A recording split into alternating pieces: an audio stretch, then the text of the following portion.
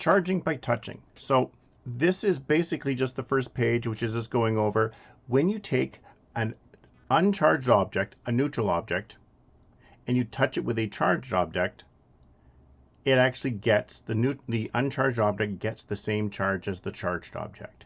So if I take a negatively charged object and I touch it to a neutral object, they both become negative. If I take a positively charged object and I touch it to a neutral object, they both become positive. So that's what I'm showing right here. So let's just kind of go over that. So before, during, after. So here is the before. Before, I have a negative object, so there's a little pith ball. Pith is like styrofoam. Pith ball attached to string, and it's hanging there and it's negatively charged.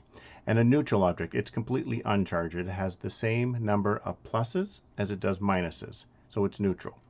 When I touch them together, all that happens is they both become negative. So when I take a charged object and I touch a neutral object, they both get the same charge.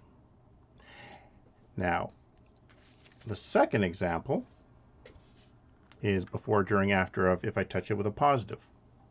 So let's do the exact same thing again.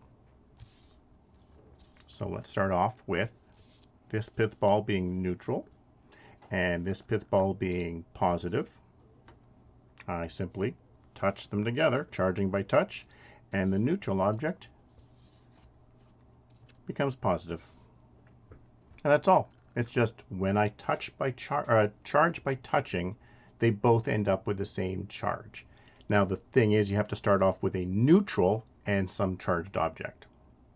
That's it.